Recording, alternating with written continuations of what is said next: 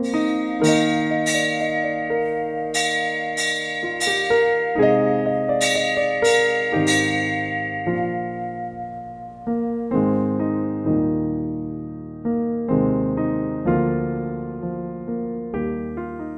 pagi dan selamat malam.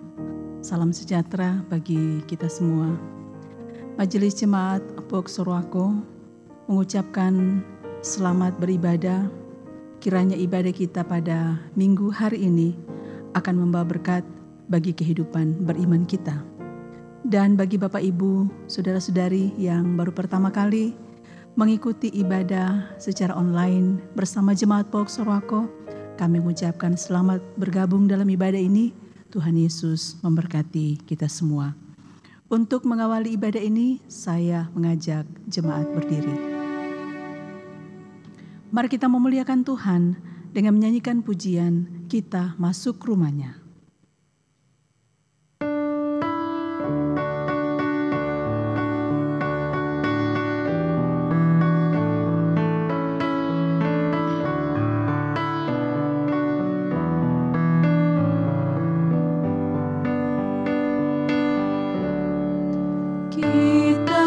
Masuk rumahnya, berkumpul menyembah kepadanya. Kita masuk rumahnya, berkumpul menyembah kepadanya. Kita masuk rumahnya, berkumpul menyembah kepada Kristus. Menyembah Kristus Tuhan.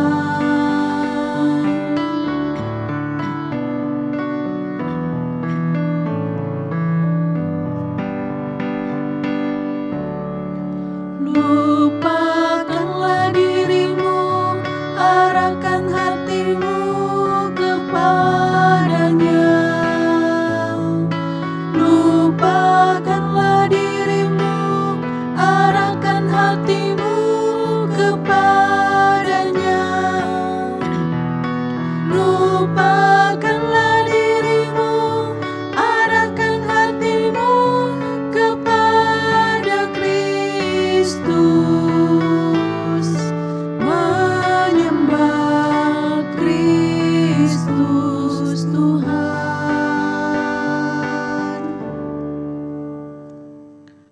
Pertolongan kita dalam ibadah ini adalah dalam nama Tuhan yang menjadikan langit dan bumi, serta semua yang berdiam di dalamnya. Haleluya. Amin. Kasih karunia dan damai sejahtera dari Allah Bapa kita dan dari Tuhan Yesus Kristus menyertai saudara sekalian. Dan menyertaimu juga. Silakan duduk. Jemaat Tuhan, kita akan bersama membaca secara berbalasan nas pembimbing yang terdapat dalam Kitab Mazmur 119 ayat 109 sampai 110. Aku selalu mempertaruhkan nyawaku, Tauratmu tidak kulupakan. Orang-orang fasik telah memasang jerat terhadap aku. Tetapi aku tidak sesat dari titah-titah-Mu. Amin. Mari kita memuji Tuhan dari nyanyian PKJ 14, Ku nyanyikan kasih setia Tuhan.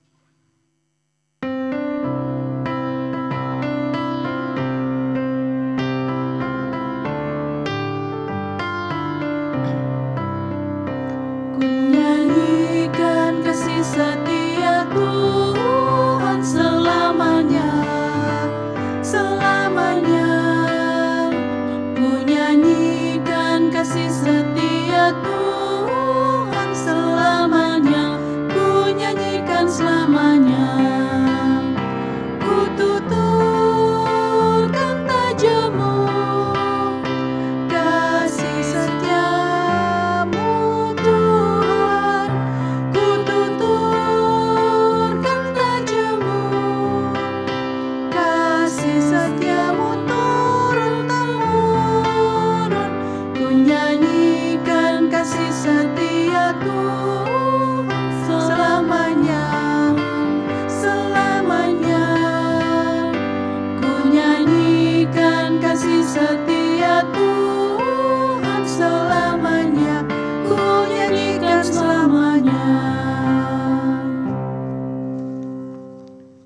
Kita akan mendengarkan hukum kasih yang terdapat dalam Markus 12 ayat 28 sampai 31. Saya mengajak jemaat berdiri. Kitab Markus pasal 12 ayat 28 sampai 31. Kita dengarkan sebagai hukum kasih yang mengatur dan mengarahkan hubungan kita dengan Tuhan dan hubungan kita dengan sesama. Demikian firman Tuhan. Lalu, seorang ahli Taurat yang mendengar Yesus dan orang-orang Saduki bersoal jawab dan tahu bahwa Yesus memberi jawab yang tepat kepada orang-orang itu, datang kepadanya dan bertanya, "Hukum manakah yang paling utama?" Jawab Yesus, "Hukum yang terutama ialah, dengarlah hai orang Israel, Tuhan Allah kita, Tuhan itu esa. Kasihilah Tuhan Allahmu dengan segenap hatimu, dan dengan segenap jiwamu, dan dengan segenap akal budimu, dan dengan segenap kekuatanmu. Dan hukum yang kedua ialah, kasihilah sesama manusia seperti dirimu sendiri. Tidak ada hukum lain yang lebih utama daripada kedua hukum ini." Demikianlah firman Tuhan sebagai hukum kasih. Mari kita meresponnya dengan menyanyi dari NKB 18 bait pertama.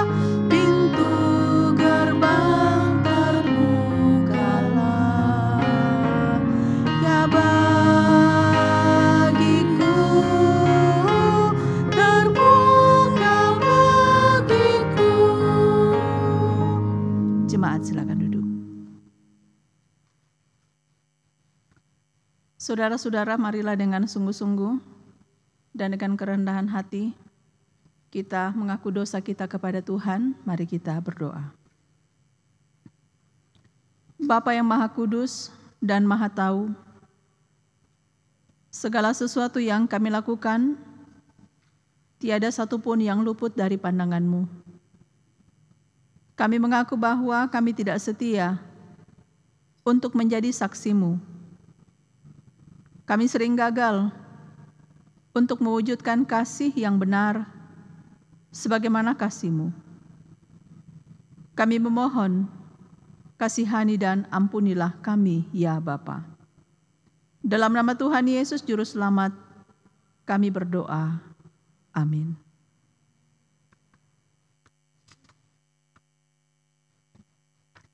Jemaat Tuhan, setiap kali kita dengan sungguh-sungguh mengaku dosa dan bersedia meninggalkan jalan hidup kita yang lama, maka Tuhan akan memberikan pengampunan kepada kita. Karena itu dengarlah berita pengampunan-Nya yang tertulis dalam kitab Mazmur 32 ayat 2. Firman Tuhan, "Berbahagialah manusia yang kesalahannya tidak diperhitungkan Tuhan dan yang tidak berjiwa penipu." Demikianlah firman Tuhan. Mari kita sambut dengan rasa syukur pengampunan dosa ini dengan menyanyi dari NKB 22 bait pertama dan 3.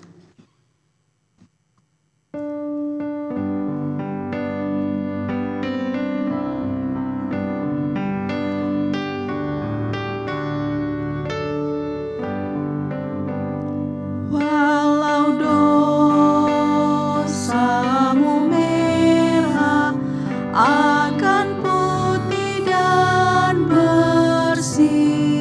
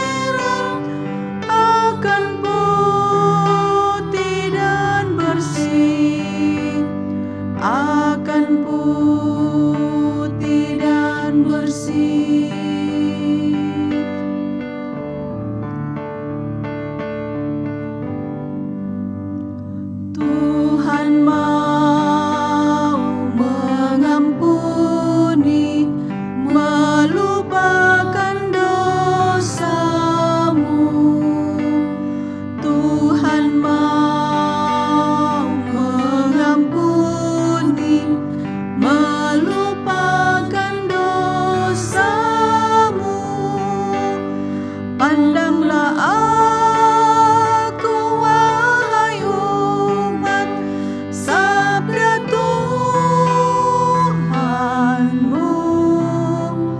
Tuhan mau mengampuni, Tuhan mau mengampuni, melupakan dosamu, melupakan dosamu.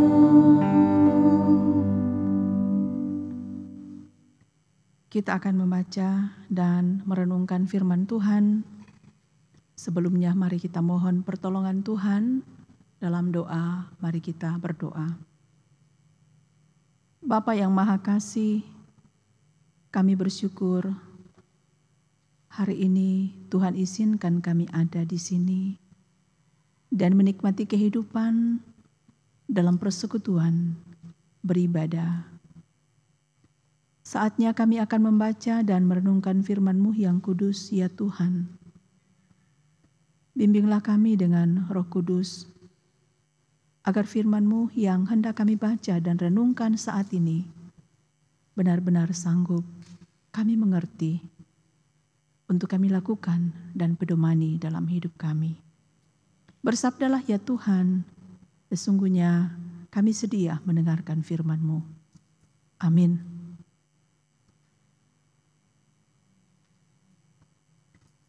Kebenaran firman Tuhan yang akan menjadi dasar pemberitaan firman Tuhan pada minggu hari ini 31 Januari 2021 dipilih dari kitab Ulangan pasal 18,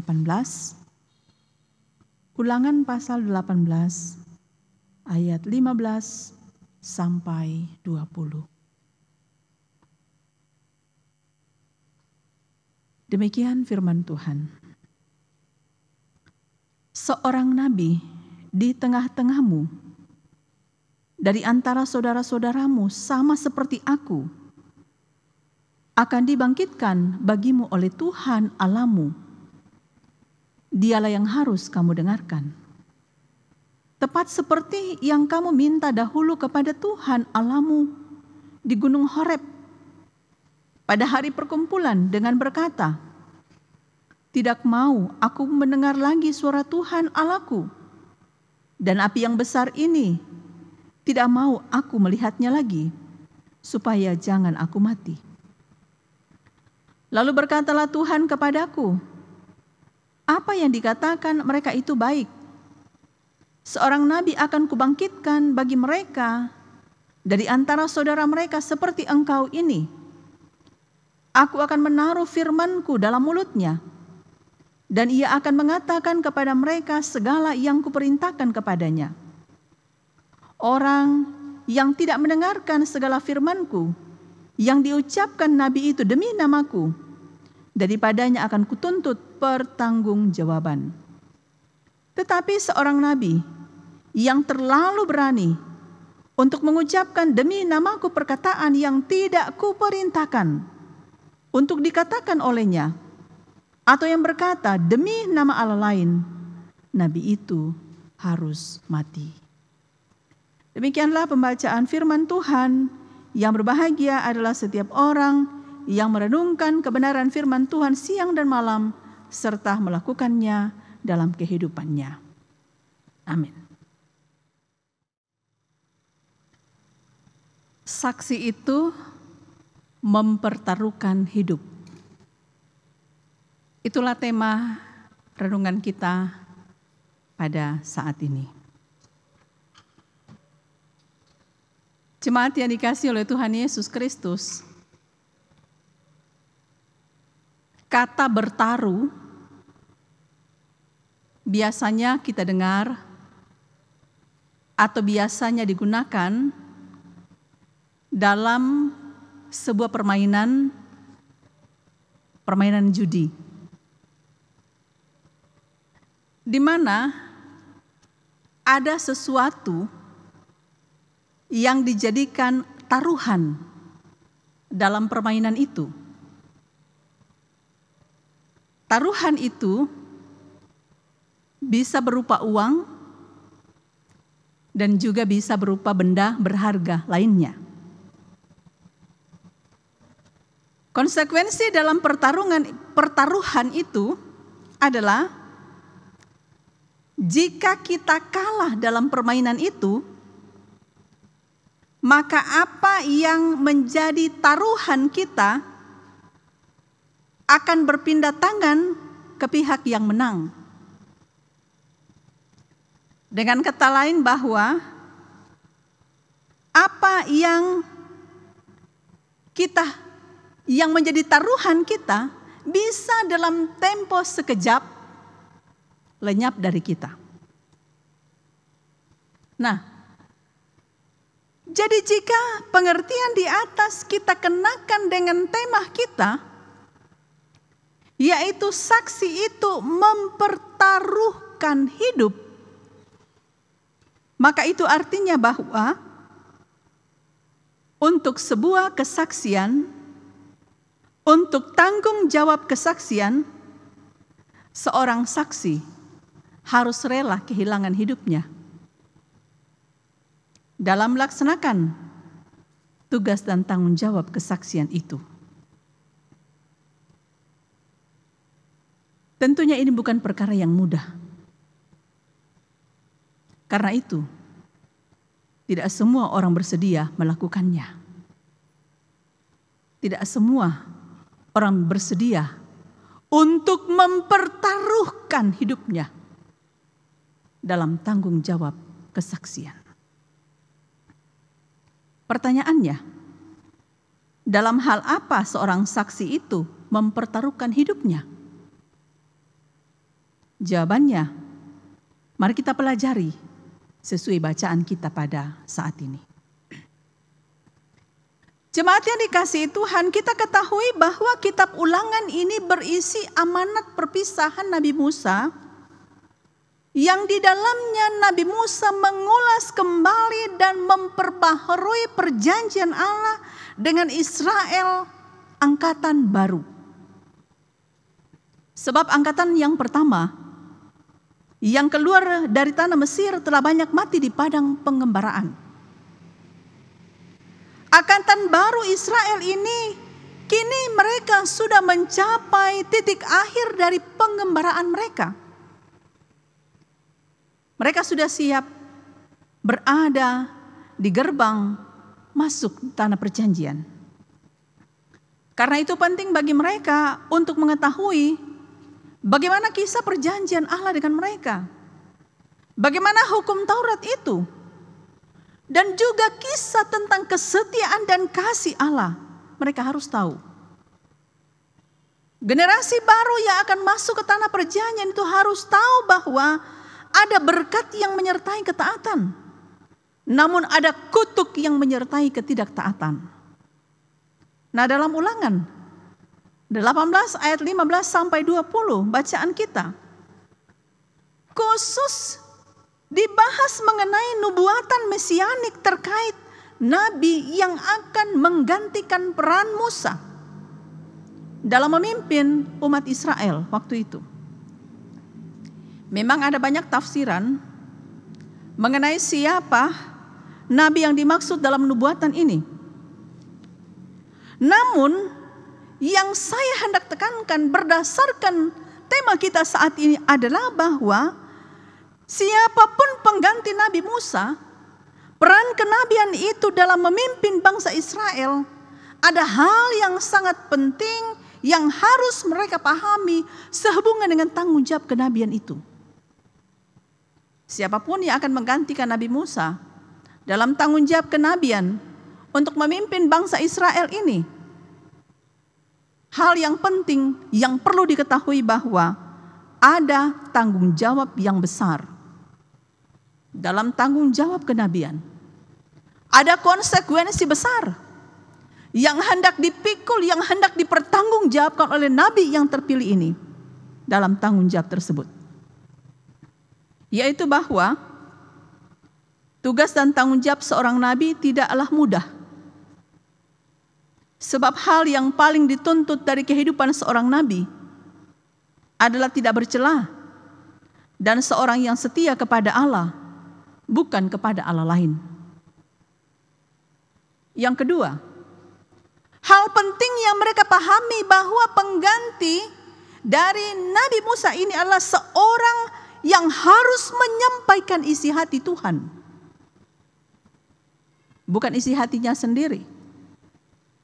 Bukan isi otaknya sendiri. Apalagi dengan tendensi kepentingan pribadi yang tersembunyi. Artinya, apa yang disampaikan oleh Nabi haruslah berdasarkan apa yang Tuhan sampaikan kepadanya. Tidak boleh menambah dan tidak boleh menguranginya. Apa yang Tuhan sampaikan itulah yang harus diteruskan kepada umat. Jika ia mengucapkan perkataan demi nama Tuhan, padahal tidak diperintahkan dan tidak seperti itu yang diperintahkan, maka Nabi itu harus mati. Ayat 20. Inilah arti dan makna sesungguhnya bahwa saksi itu mempertaruhkan hidupnya. Salah dan keliru dalam meneruskan isi hati Tuhan akan berimbas pada konsekuensi berat bagi hidup seorang saksi. Karena itu, sekalipun semua orang bisa menjadi pembicara hebat dalam menguraikan isi firman Tuhan dengan bantuan referensi yang banyak saat ini yang bisa dibaca, namun seorang yang menyampaikan isi hati Tuhan haruslah selalu sadar dan mawas bahwa menyampaikan firman itu tidak sama dengan ceramah di dunia sekuler. Dalam menyampaikan firman Tuhan, ada konsekuensi berat, yaitu hidupnya. Jika yang disampaikan itu bukan maunya Tuhan, bukan isi hati Tuhan. Apalagi jika seseorang membungkus kepentingan pribadi dengan menggunakan firman Tuhan, konsekuensinya adalah mati. Kali lagi bahwa dikatakan seorang nabi yang terlalu berani untuk mengucapkan demi namaku perkataan yang tidak kuperintahkan untuk dikatakan olehnya, atau berkata demi Allah lain, nabi itu harus mati. Inilah konsekuensi dan tanggung jawab kesaksian sebagai seorang nabi. Tidak boleh mengurang, tidak boleh menambah, tidak boleh juga menyampaikan sesuatu yang bukan isi hati Tuhan. Jemaat yang dikasihi Tuhan, dengan uraian di atas bagi jemaat yang bukan pendeta, bagi jemaat yang bukan diaken, bagi jemaat yang bukan penatua, pengurus kategorial yang tidak atau yang tidak pernah menyampaikan firman Tuhan seperti khotbah, mungkin berpikir, kalau begitu saya aman. Saya kan tidak pernah berkhotbah. Tunggu dulu. Dalam konteks sekarang, tanggung jawab kesaksian dan pemberitaan firman Tuhan itu bukan melulu soal khotbah. Dalam tanggung jawab kesaksian dalam pemberitaan firman Tuhan di masa sekarang bukan melulu soal khotbah, tetapi juga dengan segenap keberadaan hidup orang percaya. Pikirannya, perkataannya, perbuatannya, ketika ia memuji Tuhan dan seterusnya. Karena yang dibutuhkan saat ini bukan hanya sekedar kata, bukan sekedar suara, tetapi juga sikap kenabian yang ditunjukkan oleh gereja untuk menyampaikan kebenaran firman Tuhan demi terwujudnya keadilan, demi terwujudnya kedamaian dan damai sejahtera di tengah keluarga, jemaat, masyarakat, bangsa dan negara. Karena itu jemaat Tuhan, mari kita periksa kehidupan kita masing-masing. Apakah yang Tuhan mau kita sudah suarakan dengan cara hidup yang benar? Mari kita periksa kehidupan kita. Apakah isi hati Tuhan kita sudah refleksikan lewat perbuatan nyata dalam kasih kepada keluarga dan sesama? Apakah perintah Tuhan tentang kasih sudah kita wujudkan lewat kepedulian dan kerelaan berbagi dengan sesama? Jika tidak, maka Apakah sesungguhnya kita tidak bedanya dengan apa yang dimaksud dalam ayat 20 bacaan kita pada saat ini? Seorang nabi yang terlalu berani mengucapkan demi namaku perkataan yang tidak kuperintahkan untuk dikatakan olehnya, atau yang berkata demi Allah lain, nabi itu harus mati. Artinya, keliru dalam kesaksian, nyawa taruhannya. Mengapa?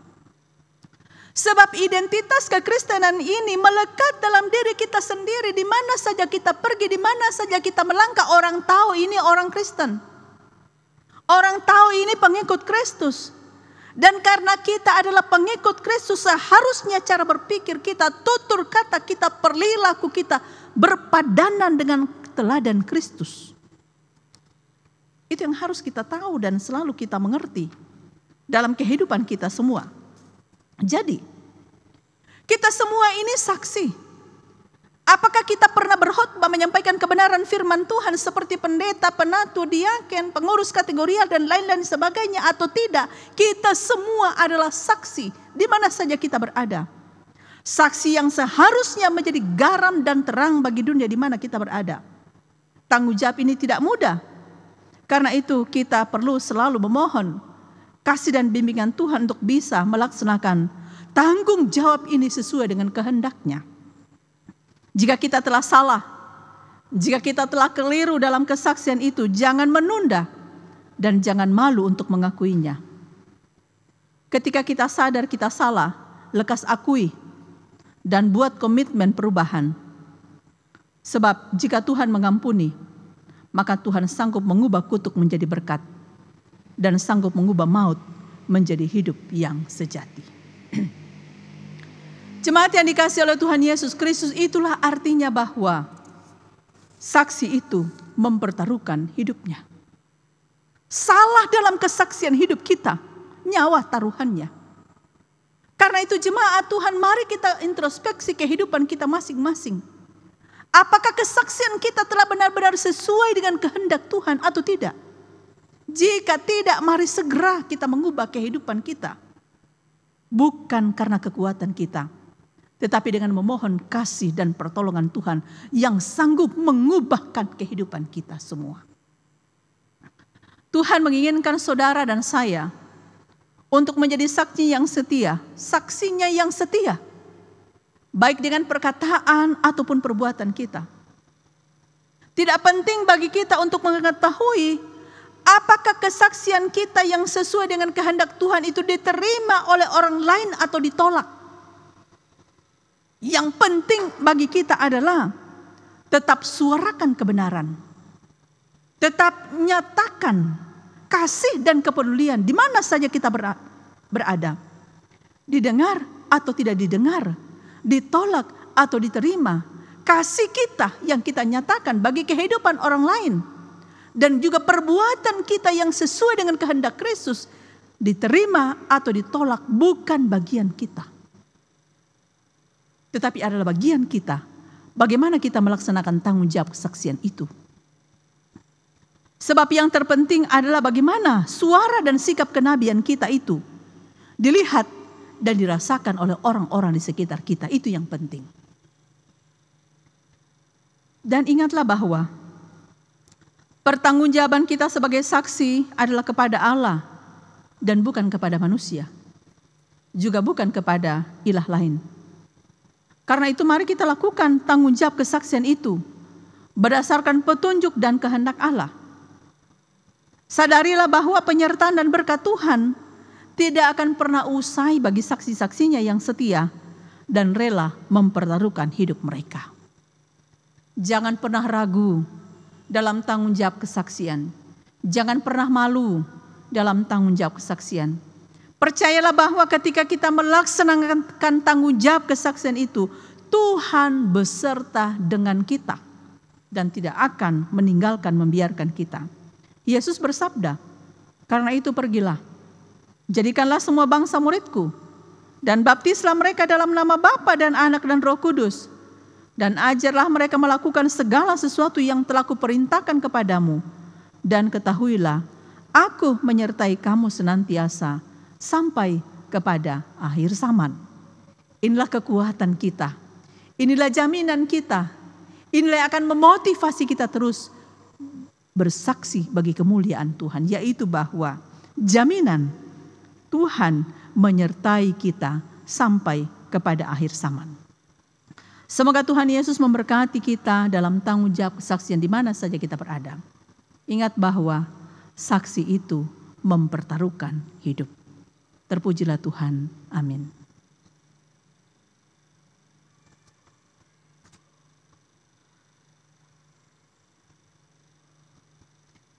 Sebagai respon atas kebenaran firman Tuhan yang telah kita renungkan saat ini, mari kita bersama menyanyi dari NKB 116, baitnya yang pertama, siapa yang berpegang pada sabda Tuhan, dan kalimat selanjutnya.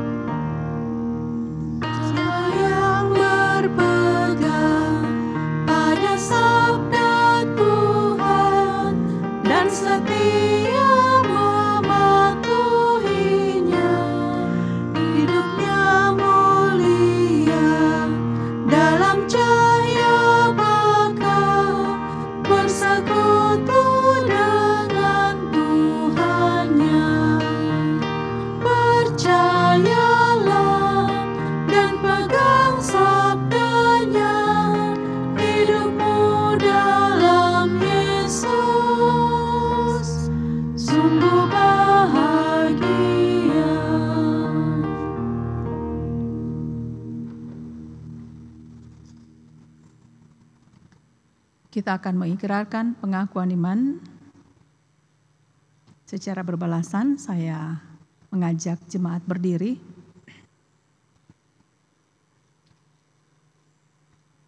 Pengakuan iman rasuli ini kita ucapkan berbalasan. Saya akan mengucapkan kalimat-kalimat dari pengakuan iman rasuli ini dan jemaat akan meresponnya dengan menyanyi dari pelengkap Kidung Jemaat 196. Aku percaya kepada Allah, Bapa yang Maha Kuasa, Khalik langit dan bumi.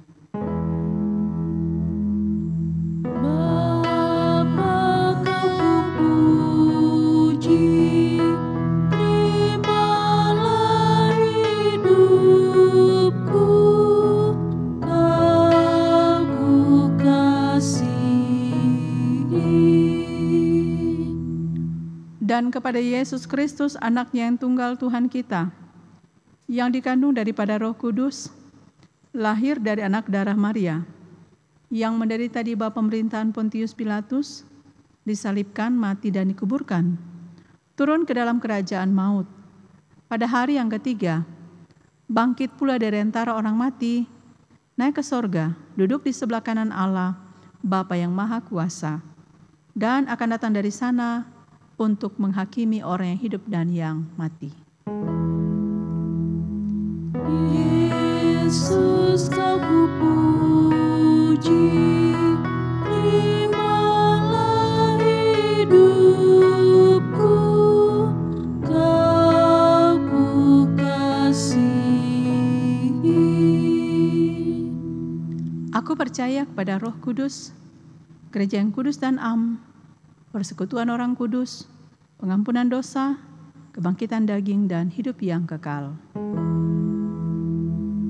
Roh Kudus, kau kupuji, terimalah hidupku, kau kukasihi.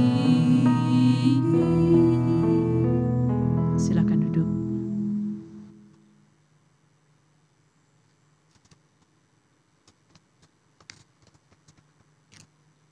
Kita akan berdoa syafaat. Mari kita satu dalam doa, mari kita berdoa. Ya Allah yang Maha Kuasa, Bapa Pencipta dan Pemelihara seluruh kehidupan, kami tunduk di hadapan kekudusan-Mu Kami mengucapkan syukur buat kebaikan-Mu dalam hidup kami. Di mana saja kami berada, dalam segala situasi dan kondisi apapun yang kami alami dan hadapi, Engkau Allah yang selalu beserta kami. Kami bersyukur. Kami pun bersyukur untuk firman-Mu yang telah kami dengarkan pada saat ini. Kembali kami diingatkan tanggung jawab kesaksian kami, ya Tuhan, di tengah-tengah dunia ini. Bukan hanya sekedar kata, tetapi juga bagaimana pikiran, perkataan, dan perbuatan kami yang benar sesuai dengan kehendak-Mu. Menjadi kesaksian bagi nama-Mu di tengah-tengah dunia ini. Dan jika dalam kesaksian kami keliru, firman-Mu mengingatkan kami, ada konsekuensi berat, yaitu hidup kami. Ia akan binasa. Karena itu ya Tuhan, tolonglah kami semua. Sebab dengan kekuatan dan kemampuan diri kami sendiri, kami tidak sanggup. Kami bukan siapa-siapa, kami sangat berdosa. Roh Kudus akan selalu mengingatkan dan menyadarkan kami semua untuk berpegang pada kebenaran firman-Mu di mana saja kami berada. Sehingga kesaksian hidup kami membawa berkat bagi kehidupan kami dan juga berkat bagi kehidupan sesama di mana saja yang kami jumpai. Bapa di surga, Engkau mengenal jemaat-Mu yang sedang beribadah di rumah bersama dengan keluarga masing-masing atau seorang diri. Baik yang ada di Sorowako ataupun yang di luar Sorowako, di mana saja umat-Mu berada. Lawatlah satu persatu. Kasihanilah dan berkatilah kehidupan jemaat-Mu. Kondisi apapun yang sedang mereka alami dan hadapi, Tuhan beserta mereka. Bagi yang dalam kelemahan, Tuhan menguatkan.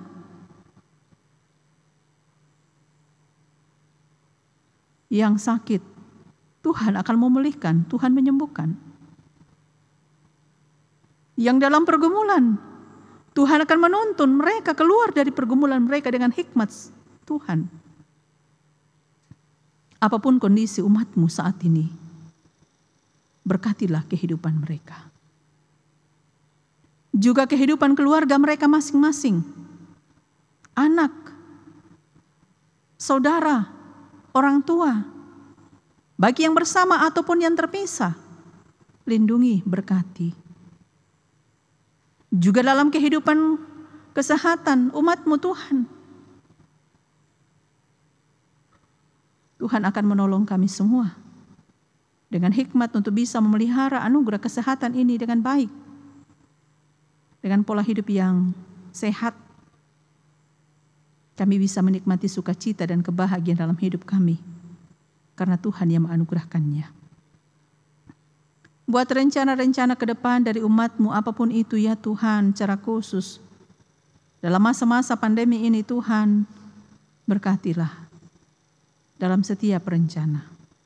Beri petunjuk untuk kami tahu apa yang harus kami lakukan yang berkenan kepadamu. Kami selalu berdoa untuk pelayanan pemerintah kami, dari pusat sampai di daerah di mana kami berada, bahkan di pelosok-pelosok sekalipun. Beri hikmat buat pemerintah kami untuk mengayomi keberagaman yang ada di negara ini dan tetap memelihara keutuhan Negara Kesatuan Republik Indonesia. Kami berdoa buat anak-anak kami yang sekolah. Beri mereka kesabaran, beri mereka sukacita dalam belajar. Meskipun secara daring, ada banyak hal yang terkadang menjadi kendala. Namun kami percaya Tuhan akan menolong, memampukan anak-anak kami. Juga guru dan para orang tua yang membantu dan mendampingi anak-anak dalam belajar. Berkati mereka. Dalam doa ini juga kami teringat untuk korban bencana. di berbagai tempat, di belahan Indonesia dan dunia ini. Berkatilah kehidupan mereka, kuatkan mereka Tuhan, di tengah-tengah apa yang mereka alami. Kami percaya Tuhan akan menolong, Tuhan akan memulihkan mereka. Terima kasih buat kesempatan pelayanan saat ini. Berkati semua yang telah terlibat dalam pelayanan. Lindungi, berkati, sertai hidup masing-masing. Ya Allah, ya Tuhan kami, sepekan berjalan ke depan ini Tuhan, seluruh hidup kami serahkan padamu. Kami tahu Tuhan akan melindungi, menyertai kami. Karena itu ya Tuhan, kami serahkan hidup ini dalam tuntunan dan kasih sayang-Mu. Ini doa kami, ungkapan syukur kami. Dalam nama Tuhan Yesus yang mengajar kami doa Bapa kami ucapkan bersama demikian. Bapa kami yang di sorga, dikuduskanlah nama-Mu. Datanglah kerajaan-Mu, jadilah kehendak-Mu di bumi seperti di sorga. Berikanlah kami pada hari ini makanan kami yang secukupnya, dan ampunlah kami akan kesalahan kami, seperti kami juga mengampuni orang yang bersalah kepada kami. Dan janganlah membawa kami ke dalam pencobaan, tetapi lepaskanlah kami daripada yang jahat. Karena Engkau yang punya kerajaan dan kuasa dan kemuliaan sampai selama-lamanya. Amin. Jemaat Tuhan, tiba saatnya kita diberikan kesempatan untuk memberikan persembahan syukur kita kepada Tuhan. Sambil itu kita akan dituntun oleh firman Tuhan yang terdapat dalam 2 Korintus 8 ayat 12 sampai 13.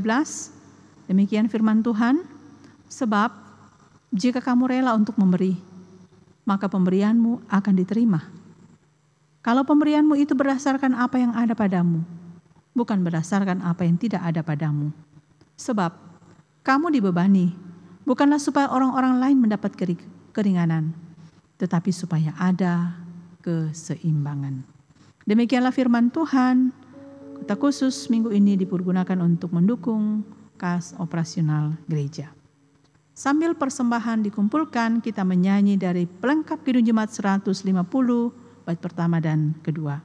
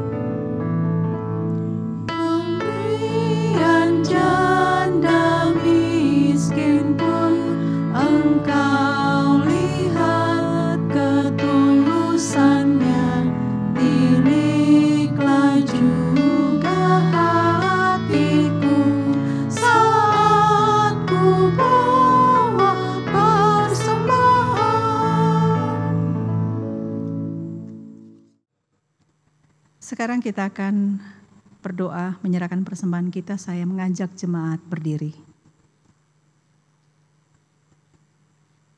Mari kita satu dalam doa. Kita berdoa. Ya Tuhan, kami bersyukur kepadamu oleh karena Roh Kudus-Mu membuka hati kami, sehingga dengan rela dan penuh sukacita kami menyerahkan dan memberi persembahan syukur kami. Kami mengakui bahwa apa yang kami persembahkan ini semuanya berasal dari Tuhan. Kami mohon Tuhan memberkati agar persembahan ini dapat digunakan untuk pekerjaan dan kerajaan-Mu dalam kerajaan-Mu dan dikelola dengan jujur dan adil menurut kehendak-Mu. Berkatilah hidup jemaat-Mu yang telah memberi persembahan syukur ini. Terpujilah nama Tuhan dahulu, sekarang, kekal selamanya. Amin. Masih tetap berdiri dan mengakhiri ibadah kita saat ini.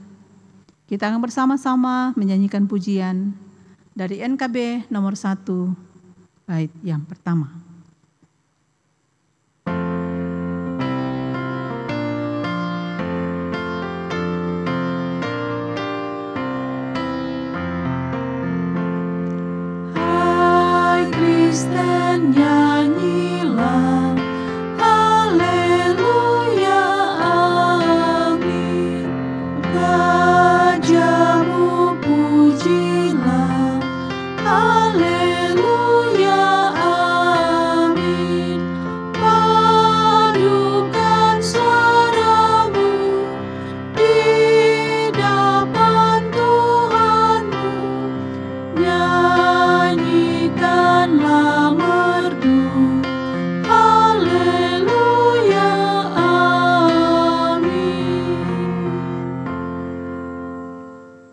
Jemaat yang dikasihi Tuhan, pergilah, kembalilah dalam kehidupanmu, hadapi dan jalanilah hidupmu dengan semangat yang baru untuk selalu memuliakan Tuhan.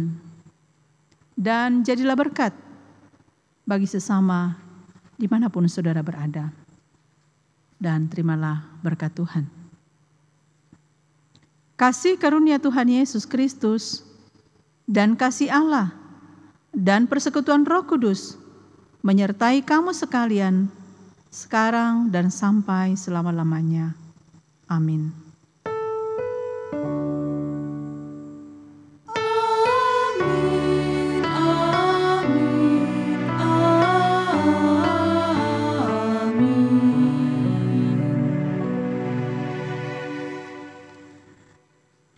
Jemaat yang dikasihi Tuhan, sebelum kita mengakhiri ibadah ini, saya mengajak kita menyanyi dari NKB 220, bait pertama sampai yang ketiga.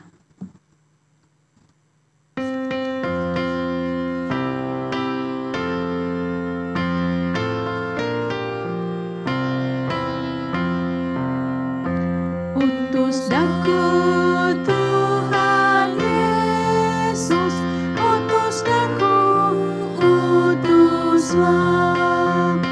Bimbing daku Tuhan Yesus, bimbing daku, bimbinglah. Ubah daku Tuhan Yesus, ubah daku, ubahlah.